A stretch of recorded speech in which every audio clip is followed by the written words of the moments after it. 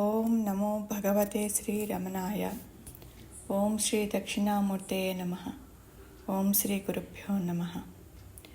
ఈరోజు స్టేటస్: నేను ఎవరు అన్న విచార మార్గము విషయగతం కాదు, స్వగతం.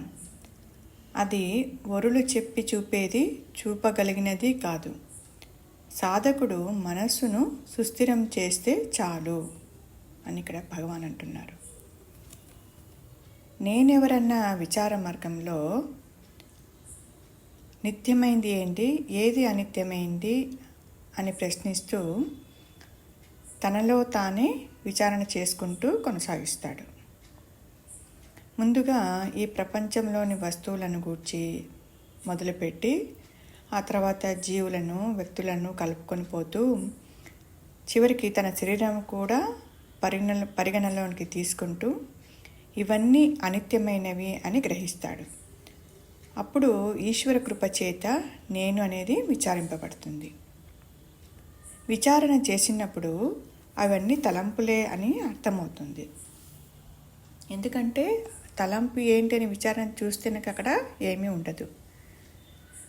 వ్యక్తి అనుభవించే జాగ్రత్త అవస్థ కానీ, స్వప్నావస్థ కానీ, సుషుప్తి అవస్థ కానీ, ఈ అవస్థలన్నీ కూడా వివిధ అనుభవాలతో ఉండి చివరికి మరణంతో అంతమవుతున్నాయి.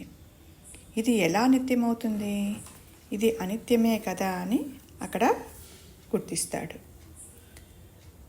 మనం ముక్తిని కోరుకుంటున్నామంటేనే నువ్వు ఇప్పటికీ బందీవై ఉన్నావని అర్థమని తెలుస్తోంది. అసలు అనేది మనం దేనికి బందీలమో తెలిస్తే కదా మనము ముక్తి గురించి తెలుస్తుంది. అది తెలుసుకోవడానికే భగవాను ఒక సులువైన విచారణ మార్గము చెప్పారు.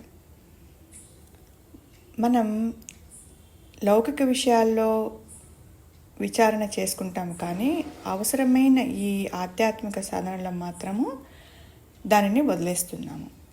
విచారణ ద్వారా మన మనస్సు యొక్క స్వరూపము మనకి తెలుస్తుంది.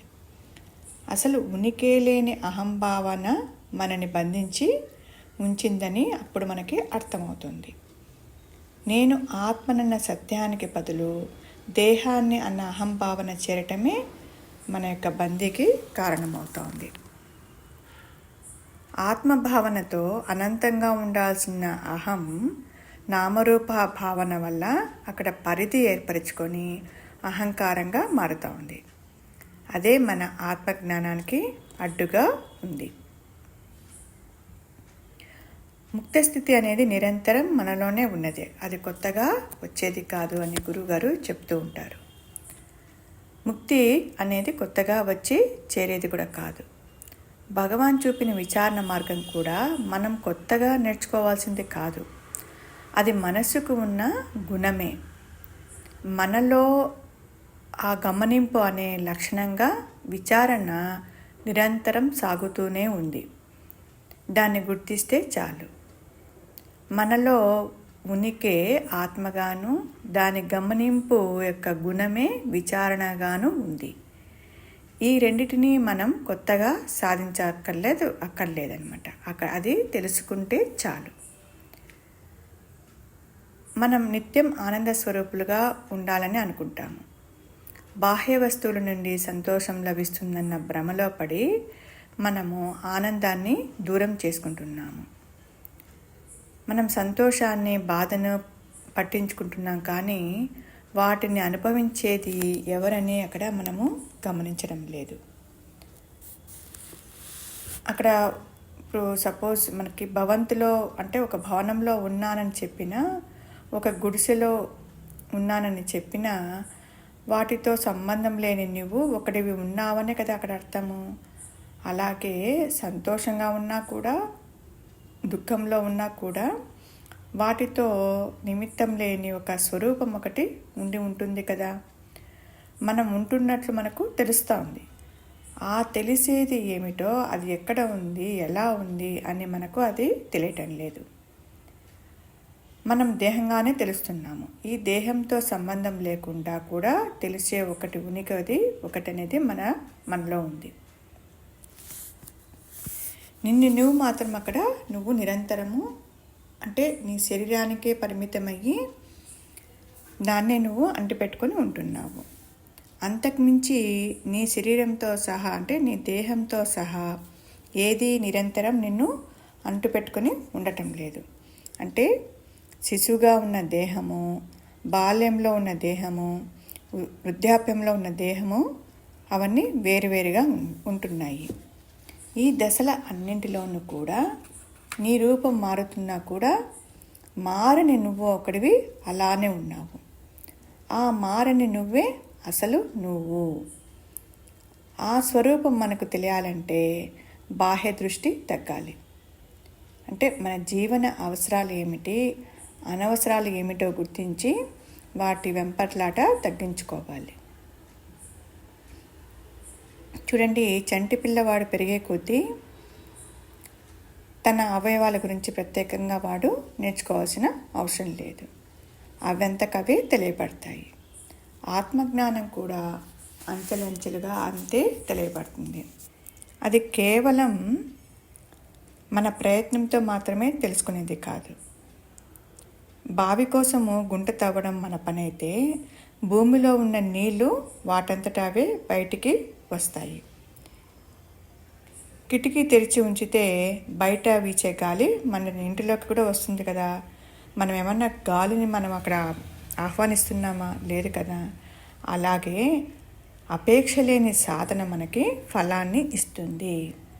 నిరంతర విచారణతో సాగే నిత్య సాధనలో నేను దేహం కాదన్న సత్యము అర్థం కావడమే అక్కడ ముక్తి అన్నమాట. అంటే అర్థం చేసుకోవడము, అర్థమైన తర్వాత అనుగ్రహం ద్వారా అది మనకి ముక్తి లభిస్తుంది.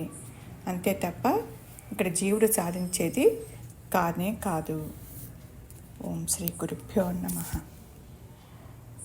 గురువుగారు, నేనెవరు అన్న విచార మార్గము విషయగతం కాదు, స్వగతం. ఒక్క నిమిషం.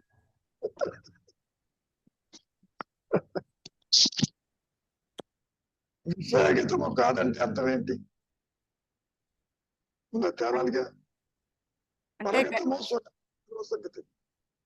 విషయగతం అంటే గతానికి సంబంధించింది కాదని. కాదమ్మా. గురువు గారు, వెంకటరావు గారు చెప్పండి. విషయగతం కాదంటే అర్థం ఏంటి?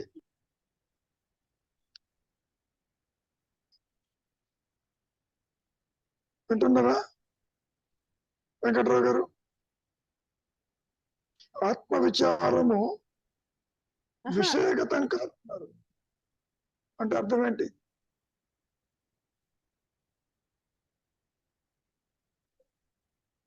మీరు అన్మ్యూట్ చేసుకుంటే వినపడగలరు.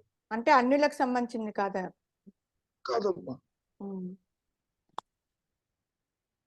సరే, అయితే మీరు చెప్పండి శ్రీనివాసరావు గారు. ఆత్మ విచారము విషయగతం కాదు, అది స్వగతం. స్వగతం విషయగతం.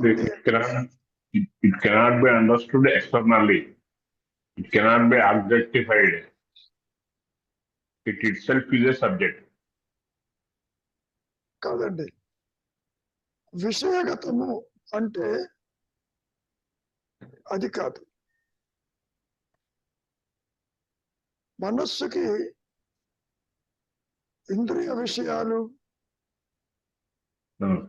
అర్థం అవుతాయి. It cannot be seen. ఇక్కడ విషయగతము అంటే మనస్సులో నీవు సంకల్పించి దాన్ని తెలుసుకునేది కాదు, Can be felt only. గుర్తించేది కాదు. ఇప్పుడు ఒక సంఘటన జరిగింది, అది విషయగతం. విషయము అంటే ఇంద్రియములతోటి నీవు గ్రహించే ప్రతిదీ అది విషయం. వినటం, చూడటం, తినటం, పుట్టుక, మరణం. ఏమ్మా? అవును గురుగారు. పాయింట్. విషయగతము అంటే నీవు ఇంతవరకు గ్రహించేటటువంటి విషయం కాదది. ఫస్ట్ పార్ట్ అది. ఉమ్, నేనెవరు అన్న విచారము అది నీవు గ్రహించిన విషయానికి సంబంధించింది కాదు. అవును గురుగారు. ఏమైనా రవి? గురువు గారు, అంటే ఇక్కడ మరి మనస్సు అదే ఆ మనస్సు అంటేనే విషయాలు గ్రహిస్తుంది కదా గురువు గారు. కాబట్టి మనస్సులో దాగి ఉన్న స్టోర్ అయినటువంటి శాస్త్ర విషయాలు కావచ్చు, ఇంద్రియ అనుభవాలు కావచ్చు, ఏదైనా కావచ్చు. సో నువ్వు విచారం చేసేది ఇంద్రియాలకి అతీతమైన స్వగతం అంటున్నారు ఇక్కడ. ఆ, ఇప్పుడు ఒక చోటి నువ్వు ప్రయాణం చేయాలి, 10 మందిని అడుగుతా అట్లా వెళ్ళాలి, ఏమిటి దారి, ఏమిటి విషయాలను సేకరిస్తావు, దాన్ని బట్టి నువ్వు యాత్ర చేస్తావు. అవును గురువు. కాబట్టి నేను ఎవరు అనేటటువంటి ఆత్మ విచారము లేదా అనాత్మ విచారము విషయానికి సంబంధించింది కాదు, శాస్త్రానికి సంబంధించింది కాదు, చర్చలకు సంబంధించింది కాదు, ఇతరుల యొక్క అనుభవానికి సంబంధించింది కూడా కాదు. నేను వెళ్ళి చూసొచ్చానన్నాను అనుకో, వాడు దారి చెప్తాడు, అదే దాన్ని వెళ్తాను, కూడా దర్శించి వస్తాను. అది కాదు ఏమ్మా. గురుగారు. తర్వాత వస్తుంది అప్పుడు విషయం. ఇదే చాలా కష్టంగా ఉంది. నాకేమో విషయం కాదంటున్నాడు, మనస్సు కాదంటున్నాడు. తర్వాత నేనెవరు అన్న విచార మార్గము విషయగతం కాదు, స్వగతం. స్వగతము అనే పదంలో అది నీ సహజత్వము అని చెప్పటం. స్వ అంటే నీవు, నాది. స్వ పర, పరం అంటే బయట వాళ్ళు. గురుగారు. స్వ అంటే నా లోపల ఉన్న ఆలోచనలు, భావాలను చూడడం. కాదమ్మా, అది కూడా కాదా గురుగారు? భావాలు మొట్టమొదటి సెంటెన్స్. విషయగతాలు, విషయగతాలకి అతీతమైంది స్వగతం ఉన్నది. స్వ అంటే నీ సహజత్వము, స్వగతం నీలో దాగి ఉన్నటువంటి ఎరుక. గురుగారు. అంతేకాదు, నేను దేహం అంటున్నావు కదా, నేను దేహం అనేది బయట వాడు చెప్పడంలే, నువ్వు అంటున్నావు. నేను అంటున్నాను. నీవు ఆత్మవై ఉంటూ నువ్వు దేహం అంటున్నావు. నేనంటే దేహం అంటున్నావు లేదా? అంటున్నాను గురుగారు. అది స్వగతం. దేహాత్మ బుద్ధి జనించడం స్వగతం. ఇప్పుడు చదువు. నేనెవరు అన్న విచార మార్గము విషయగతం కాదు, స్వగతం. అది వరులు చెప్పి చూపగలిగినది కాదు. మోస్ట్ ఇంపార్టెంట్ ఇది. మహర్షి ఎంత చెప్పినా మైండ్కి అర్థం కాదు. అది వాళ్ళు చూపేది కాదు, చెప్పేది కాదు. ఇక్కడ వస్తుంది క్రిటికాలిటీ. గురుగారు. నువ్వు పలానా చోటుకి చూపిస్తావు, పలానా ప్లేస్ ఉందని. ఆ విధంగా నీకు ఎవరు చూపేది కాదు, చెప్పేది కాదు. అందుకని ఆదిశంకరులు ఏమన్నారు, అది బోధయుక్తము కాదు, ఇతరులు చెప్పరు, ఉమ్, లేరు, వాళ్ళు అందించరు. ఆ గురుగారు. వారికి ఉమ్, ఉమ్. అదే అంటే సెకండ్ లైన్ కి స్వాగతం అనే దానికి నెక్స్ట్ దీనికి లింక్ ఉంది గురుగారు. స్వాగతం దానికి చెప్పుకుంటూ అది ఒరులు చెప్పి చూపేది చూపగలిగినది కాదు అని చెప్తున్నారు. తెలుసు. ఉమ్, అంటే ఏంటి? నాకు చూపించండి మార్గం ఉమ్, అని ఏమంటారు? ఏ విధంగా నేను ఆత్మవిచారం చేస్తాను? ఉమ్. అది అక్కడ విశేషం. ఆ గురుగారు. ఉమ్. సాధకుడు మనస్సుని సుస్థిరం చేస్తే చాలు. ఇక్కడ నిశ్చలత్వం గురించి మాట్లాడుతున్నారు. ఉమ్, స్థిరము, అస్థిరము, సుస్థిరము 3 మాటలు ఉన్నాయి. ఆ గురుగారు. ఉమ్, అస్థిరం అంటే బయట పరిగెడుతున్నాం, ఉమ్, స్థిరం అంటే మధ్యలో కలిసి ఆగాము, ఉమ్, మౌనంగా ఉన్నాము. ఉమ్, మౌనంగా ఉన్నది స్థిరమే, ఉమ్. కానీ స్థిరం కాదు. ఆ గురుగారు. మళ్ళీ ఉమ్, నిద్రపోతున్నప్పుడు స్థిరంగానే స్థిరంగా. ఉంది, ఉమ్, కానీ సుస్థిరంగా లేదు. ఉమ్, వస్తుంది ఉమ్. ఏమా? ఆ గురుగారు. ఉమ్. అర్థమవుతుందా? అర్థమవుతుంది గురుగారు. అస్థిరం అంటే ఇంకా పరిగెత్తున్నాం, ఆ సంసారం ఉన్నాయి, సమాకిలి ఉమ్, ఉమ్, ఉమ్, నా పిల్ల అది నాది అంటాం. ఉమ్. వైరాగ్యం వచ్చి ఆ మాట అంటల్లా, స్థిరంగా ఉన్నాడు. స్థిరత్వము అస్థిరత్వము లేకపోవడం స్థిరత్వం అంతవరకే. ఉమ్. కానీ సుస్థిరం అంటే సు అంటే ఏ సత్యం అయితే ఉందో దానిగా నిలిచి ఉంటాం, ఆ గురుగారు. నిలిచి లేదు ఉమ్, ఒక అనుగ్రహం చేతనే.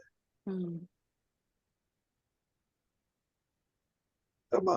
ఆ గురుగారు. ఉమ్, ఏం చేస్తావు? చాలా మంది మౌనానికి వస్తారు, ఉమ్, చాలా మంది నిశ్చలత్వానికి వస్తారు.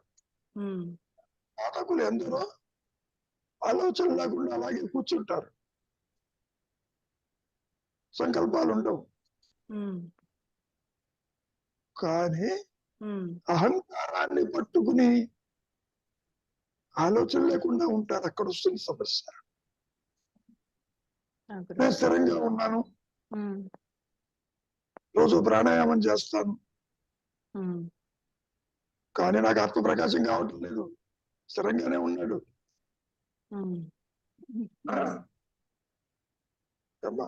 ఆ గురుగారు. ఉమ్, సో మనస్సు సుస్థిరం చేయటం అంటే నీ చేతుల్లో లేదమ్మా. ఉమ్, స్థిరం చేస్తావు. ఉమ్, మూలంలో ఉమ్. నీవు వెళ్ళి ఉండలేవు అక్కడ. వ్యక్తిత్వంతో ఉమ్, ఒక్క అనుగ్రహము చేతనే ఉమ్. అది ప్రకాశించినప్పుడు ఈ అస్థిరమైన మనస్సు, ఇంద్రియాలు, సృష్టి, జీవభావన, జనన మరణాలు ఎగిరిపోతాయి అమ్మా. ఉమ్. ఈ మనస్సు ఆత్మతోనే ఉంటుంది. అహం స్ఫురణ అన్న, ఉమ్. ఆత్మ అన్న మనస్సే. అహం అంటే మనస్సు, అహం అంటే నేను. ఈ నేను అహం స్ఫురణగా ఉంటుంది. ఉమ్. ఇదిగో ఈ మాయా నేను, అహం దేహం వస్తుంది అక్కడ. ఆ గురుగారు. ఉమ్, అహం దేహము అన్యత్వ ఉన్నది అంటే అహం స్ఫురణ కూడా ఉంది అక్కడ. Um, are you getting the point? Um. అర్థమైంది గురుగారు. ఉమ్, అమ్మా, ఉమ్, నీవు ఉమ్. అన్యత్వాన్ని చూస్తున్నావు అంటే దేహాత్మ బుద్ధితో ఆత్మతో చూస్తున్నావు, చూస్తున్నాను. ఉమ్, కానీ ఆత్మని ఎరుకకు చూస్తున్నావు. తెలియదు నీకు. ఉమ్. బంగారంతో ఆవరణం చూస్తున్నావు. ఉమ్, నువ్వు ఆవరణం చూసేటప్పుడు బంగారాన్ని చూడలేవు. ఉమ్, ఉమ్. బైబిల్లో కూడా ఆ గురుగారు. నాయన ఇప్పుడు చదువు ఇంకేమైనా ఉందేమో. నేనెవరు అన్న విచార మార్గము విషయగతం కాదు, స్వగతం. అది వరులు చెప్పి చూపేది, చూపగలిగినది కాదు. సాధకుడు మనస్సును సుస్థిరం చేస్తే చాలు. సుస్థిరం చేస్తే చాలు. వైరాగ్యంతో మౌనంగా ఉంటే చాలు. అంతర్ముఖం అయితే చాలు. ఎందుకని ఆత్మని ప్రకాశింపచేయగలి చేతుల్లో లేదు, వాటి అనుకరణలో. గురుగారు. నీకు కొంత దూరమే చెబుతున్నారు, నువ్వు బయటికి పోవద్దు, ఇంట్లోనే ఉండు. ఇంట్లో ఉండేంత వరకు నీ ఆప్షన్. అది ఇక్కడ చెబుతున్నారు. చింతా విహీనం నీ చేతుల్లో ఉంది. హృది చింతయామి నీ చేతుల్లో లేదు. దృశ్యవారితం నీ చేతుల్లో ఉంది. ఆత్మన నీ చేతుల్లో ఉంది. ఉపదేశాలు మొత్తం కూడా ఒకటి అహంకారానికి సూచిస్తుంది, మిగిలిన హాఫ్ ఆత్మని రెండు కలపద్దు. రెండు కలిపితే గందరగోళం వస్తుంది. గురుగారు.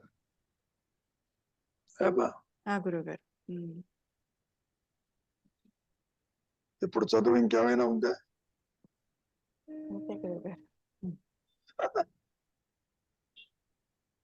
ఏమైనా రవి గురుగారు, ఇంకేమైనా ఉందా? అంటే ఇక్కడ ఈ నేనెవరన్న విచారణ ఈ చేసేది, ప్రశ్న వేసేది ఈ మనస్సే కదా గురుగారు? అది అహంకారమే. అంటే అది మళ్ళీ అంటే ఆ ప్రశ్న విషయాలతో కూడిన మనస్సే కదా వేసేది. ఆ మనస్సు ఇంకోటి చెప్పేది కాదు. నీ మనస్సు ఇంకోటి చెబుతారా? గురుగారు, నీ మనస్సును ఇంకోటి చెప్పగలరా? చెప్పలేదు. ఇది స్వగతం, విషయగతం కాదు. అంటే ఎవరికి వాళ్ళు వేసుకోవాలి అని, ఎవరికి వాళ్ళు విచారించాలి, ఎవరికి వాళ్ళు విచారించాలి అని. సలీబాయరు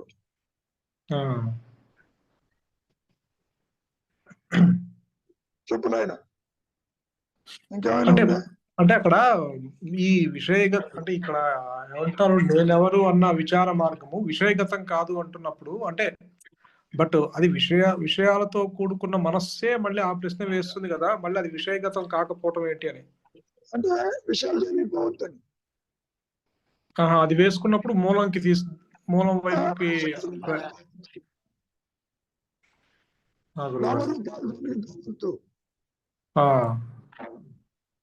ఓకే. ఆ ప్రశ్న వేసుకున్నప్పుడు ఇంద్రియాల నుంచి వెనక్కు మరలుతున్న వెళ్ళాలి. దానిలో దాగి ఉన్నటువంటి స్టోరేజ్ లోకి పోవద్దు. కానీ నువ్వు కొంతవరకే అది నిశ్చలత్వము, మౌనము, వార్షికత్వంలో చెప్పారుగా, న్యూట్రల్ గ్రౌండ్. నీ కర్మ ప్రారంభంలో న్యూట్రల్ గ్రౌండ్ ఉంటుంది, ఆత్మప్రకాశం ఉండదు. సాధన చేస్తావు, వైరాగ్యంతో ఉంటావు, ఆహార నియమం చూస్తావు, ప్రాణాయామం చేస్తావు, యు డిసిప్లిన్ ది మైండ్. శిక్షలత్వానికి వస్తావు, అదే న్యూట్రల్ ఉండదు. అక్కడ నీకు నిద్ర ఉండదు, కళ ఉండదు, మెళుకువ ఉండదు, ఉంటావు.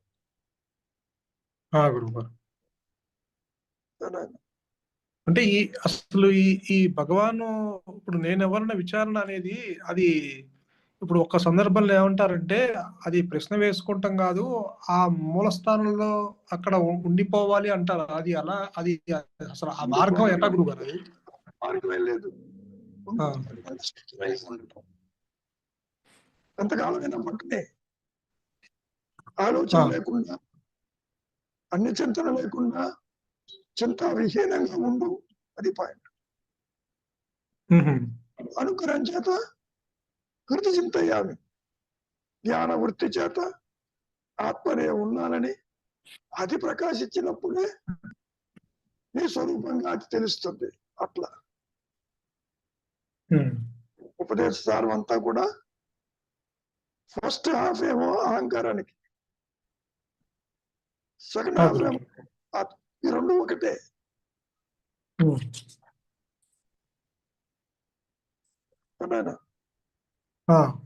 ఆలోచన లేని మనస్సు ఆత్మేను అని చెప్పటం.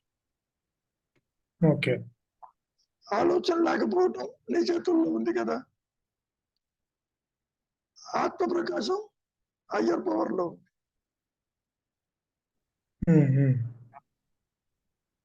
ఉన్నది యాక్చువల్ గా హయ్యర్ పవరే ఉంది, ఎరుక ఉన్నది. నేను దేహమంటూ బయటకు వచ్చావు, వాసనల చేత, కోరిక చేత, బంధంతో చెప్పినట్టు.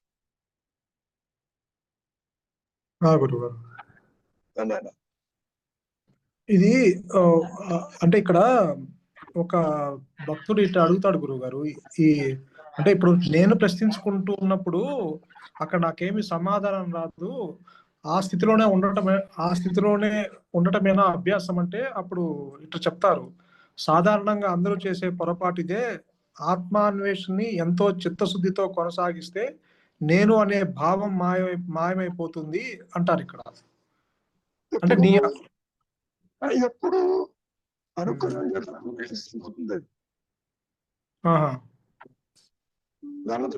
ఆయన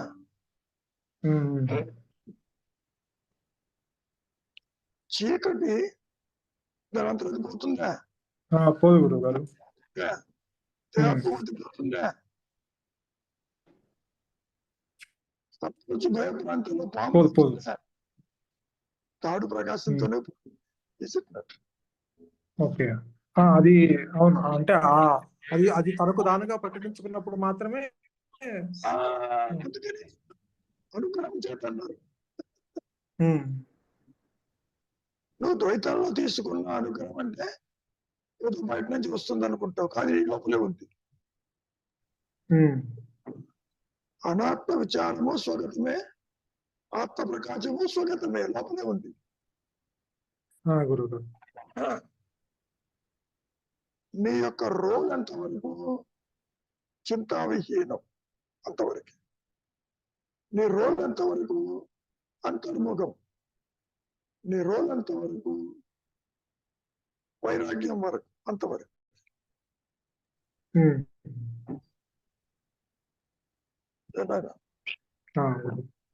మరి మహర్షి ఎందుకు అందించారు అంటే ఈ ప్రశ్నని, మరి అంటే ఈ ప్రశ్నని ప్రతిసారి వేసుకుంటూ ఉంటారా గురువు గారు? అంటే ఇప్పుడు లోకమే ఇప్పుడు ఏదన్నా మనస్సు బయటకు వెళ్ళినప్పుడు మళ్ళీ అక్కడ ఆ తలంపు ఎవరికి వచ్చిందన్న ప్రశ్న మళ్ళీ ప్రతిసారి వేసుకుంటూ ఉండాలి అంటారు.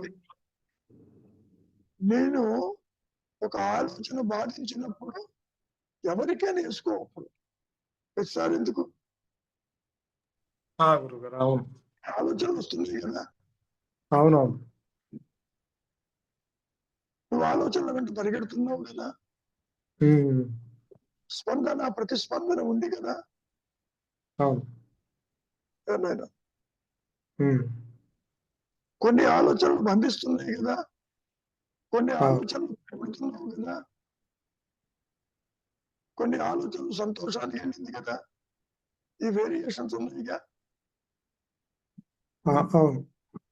కొన్ని దుఃఖమని, సుఖమని, ఇష్టమని, అయిష్టం, ఇవన్నీ ఆలోచనలే.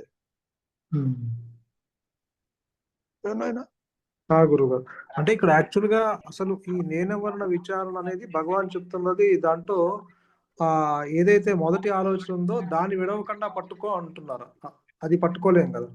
ఇక్కడ పట్టుకోవాలి. మొదటి ఆలోచన ఏమిటి? దేహాత్మ బుద్ధి,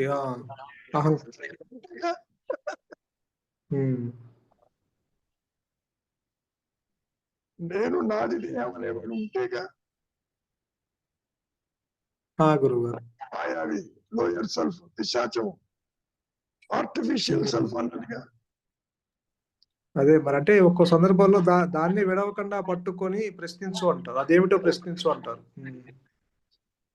ప్రశ్నిస్తే ఆ సమాధానం చెబుతుందా? చెప్పదు. ఏంది చెబుతుంది? పావున్నావా అంటే చెబుతుంది అది. ఎవరు కొట్లాడుతున్నా బాధ ఎందుకు? నువ్వు వెతుకుతున్నావు పాము ఎక్కడ అని. కనపడిందా? పాము లేదుగా. లేదు గురువు గారు. కాబట్టి ఈ అహంకారము, ఈ వ్యక్తిత్వము, ఈ కర్తృత్వము కూడా ఒక మాయావి. ఎవరు పట్టుకోవాలి? మాయవాడు పట్టుకుంటాడు తన రూపాన్ని. నువ్వు పట్టుకోలేవు, ఎందుకని కాబట్టి. అక్కడ ఆత్మ దేనితోనూ కలవదు. ఏనాయన? అవును గురువు గారు, అది కలవదు. మరి ఏ విధంగా మనం దీన్ని అర్థం చేసుకోవాలి? నీ రోల్ ఎంతవరకు? నిశ్చలత్వం వరకు. గురువు గారు. Beyond that you cannot go. ఒకటి గుర్తుపెట్టుకో, నీవు నిశ్చలత్వానికి వస్తున్న కొద్దీ నీ స్వరూప జ్ఞానము ఆకుల మధ్యలో ఉన్న చంద్రుడిలాగా ఉంటుంది అక్కడ. ఎందుకని? ఆలోచించేటప్పుడు నువ్వు ఆత్మతో ఉన్నావు, ఆలోచన లేనప్పుడు ఆత్మతోనే ఆత్మగా ఉండవు.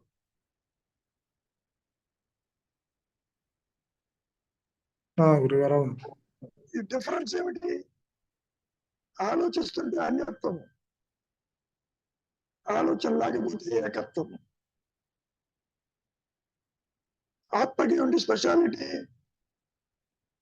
స్వరూప జ్ఞానం కలిగి ఉంటుంది, జ్ఞానవృత్తి చేత. అందుకని నేను ఉన్నానంటుంది. నేను ఉన్నాను అనే ఆత్మజ్ఞానము ఆ ప్రకాశంలో, ఆ తురీయంలో జీవుడు, జగత్తు, ఈశ్వరుడు గాని అవస్థలు గాని ఉండవు. ఎందుకని? ఈ మాయా నేను అదృశ్యమైపోతుంది. ఇదేమో అమాస కాంతి.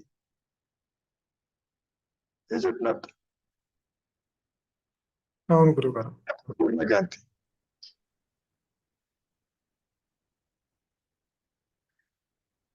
ఈ ఆభాస కాంతితో ఆ పూర్ణ కాంతిని మనం పట్టుకోలేదు.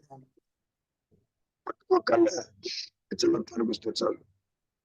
గురుగారు. ఇప్పుడు ఒక విషయం చెప్పాను గతంలో. ఒక గదిలో వెళ్తూ ఉంటుంది, పక్క గదిలో మసక చీకటి ఉంటుంది. ఈ మసక చీకటి అటు చీకటి కాదు, వెలుగు కాదు. ఇది ఎక్కడి నుంచి ఉన్నది అన్నో ప్రయత్నం చేస్తే అక్కడికి పోతున్నావా లేదా సోర్స్కి? అవును గురుగారు. ఆ మెథడ్ వాడాడు ఇక్కడ. ఓకే. స్వయం ప్రకాశము లేని అభాస కాంతిలో నీవు దేహాన్ని, జగత్తుని, ఇతరుని గుర్తిస్తున్నావు. ఈ కాంతి ఎక్కడుందో చూడు, మూలం చూడు. స్వయం ప్రకాశం లేదు దీనికి. ఒక దాని మీద ఆధారపడి నీకు ఇలా కనపడుతుంది. నువ్వు దాన్ని పట్టుకొని పెడితే పూర్ణకాంతికే వెళ్ళావని చెప్పు. ఇక్కడ ఫిజికల్ గా చెబుతున్నారు, నువ్వు అలా పోలేవు. గదిలో కూర్చుని ఎక్కడో వెలుతురు పడుతుంటే వెలుతురు ఎక్కడి నుంచి వచ్చిందని చెప్పి చూసి నువ్వు అక్కడికి పోగలవు. అవును గురువు గారు. అంతవరకే.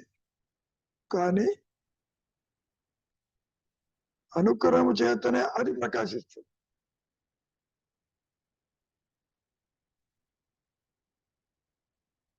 అందుకని ఏమన్నారు?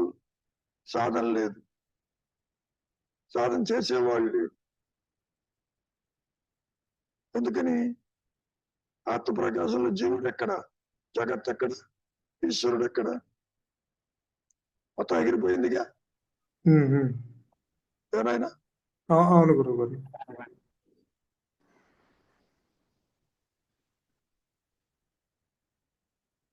ఇంకేమైనా ఉందా?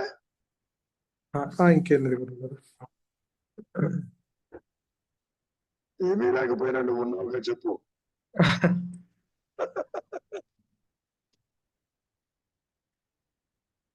ఏమా సరోజ?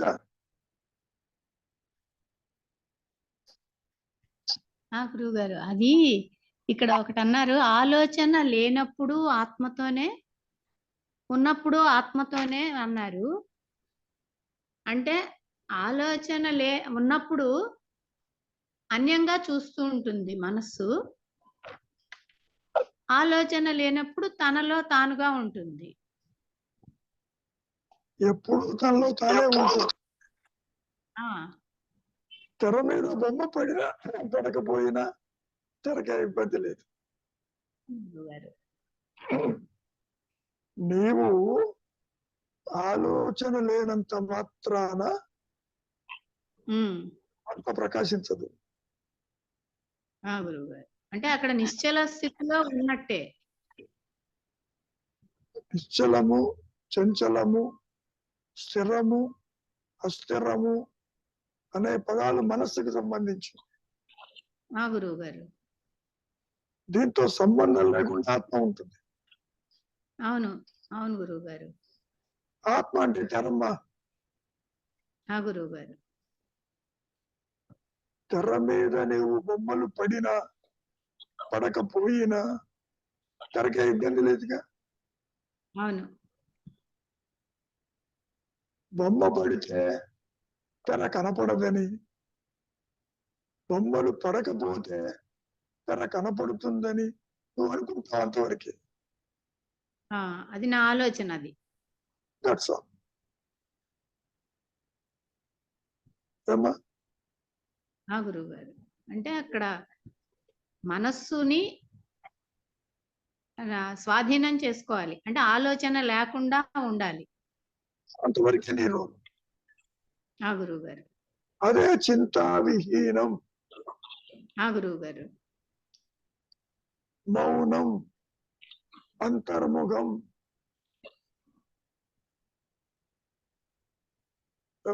అంతవరకే జీవుడు చేయగలడు.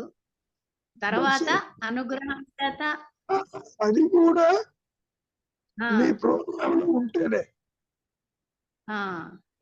కరెక్టే. నీ ధరలో ఉంటుంది మౌనానికి. అవును గురువు గారు. లేకపోతే రాలేము. అవునండి, అవును. ఏమ్మా పద్మజ, ఇంకేమైనా ఉందా? అంటే సాధన వ్యవహారకంలో అడుగుతున్నాను గురుగారు. ఇప్పుడు బ్రెయిన్ స్ట్రోక్ అంటారు కదా, అది అంటే చిన్న డౌట్ అది. అంటే అంటే ఇక్కడ మరణించిన తర్వాత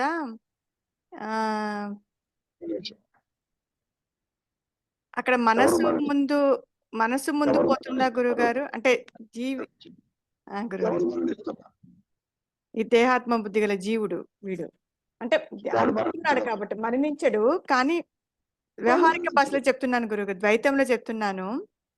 ఆ ద్వైతంలోనే దేహంతో వాడు మాట్లాడుకుంటాడు. అదే ఇప్పుడు నార్మల్ గా మాట్లాడుకునేటప్పుడు వ్యవహారికంలో ప్రాణం పోయింది అంటారు కదా, అక్కడ ప్రాణము ముందు పోతుందా లేకపోతే మనస్సు అంటే మనస్సు వాడు ముందెళ్తుందా గురువు గారు? అసలు యాక్టివిటీ పోతుంది.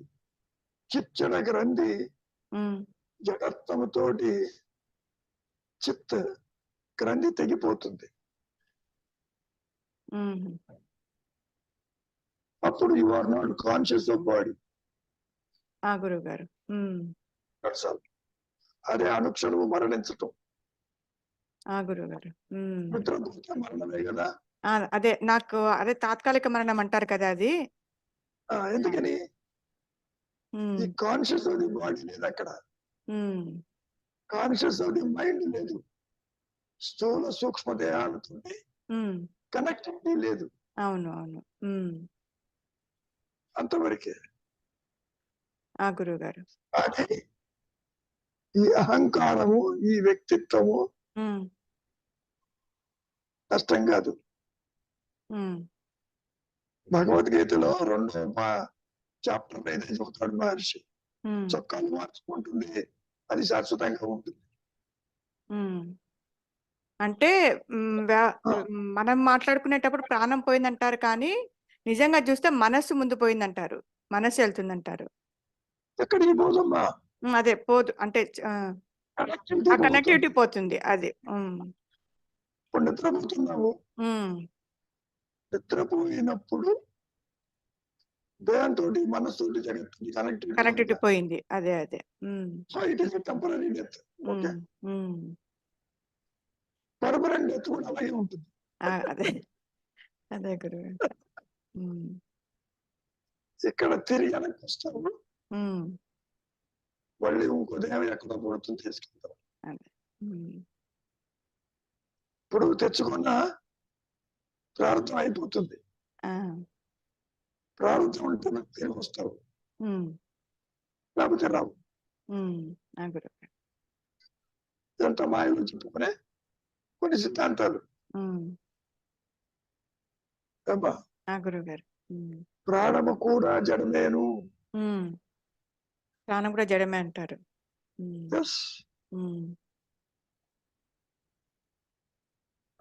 ఎప్పుడైతే ఈ చూచే నేను దేనితోటి కనెక్ట్ కాదు, ఆలోచనతో కాదు, ఇన్స్టంటేనియస్ గా ఆత్మగానే ఉండిపోతుంది.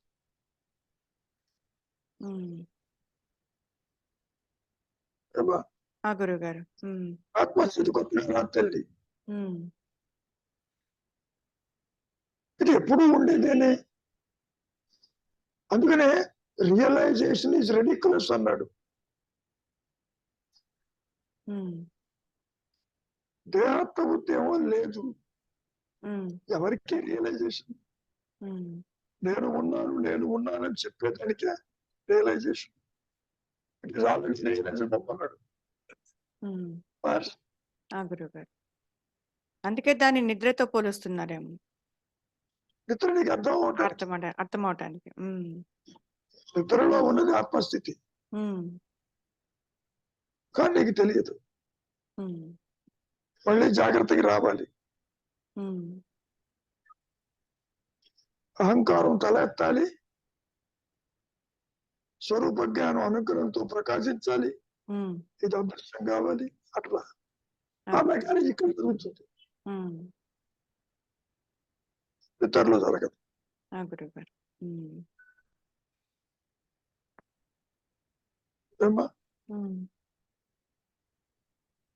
ఇంకా ఏమైనా ఉన్నాయా ప్రాణము తీసే సమస్యలు?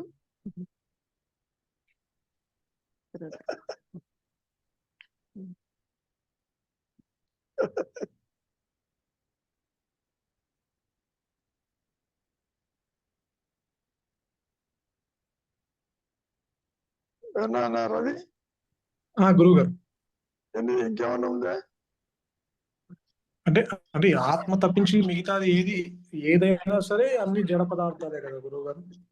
అసలు జడ ఎక్కడ లేదు, అజ్ఞానం లేదు. బంగారం ఆభరణం కోసం బంగారమే కదా ఉన్నది, బంగారం ఆభరణం విడిగా లేదు. There is no విడిగా సృష్టి లేదు. That is my point. సృష్టి లేదనగానే నీకు ఆందోళన వస్తుంది. నా ఇల్లు ఏమైతే ఆత్మను విడిచిలేదనా? అసలు లేదు, కలిసి లేదు, విడిచేలేదు, అసలు లేదా? కాబట్టి కూడా అడిగారు, అసలు లేదు. జగత్తు మిథ్య అంటారు, ఉండిపోయిందా? అసలు లేదంటే లేదు పంపుతాడు. అహంకారం ఆది నుంచి వెళ్ళబడింది, నీకు జగత్తుకు ఆ, ఏనాయనా గురుగారు అర్థమైంది. అవును. అసలు లేదు. ఎందుకని అహంకారం పుట్టలేదు.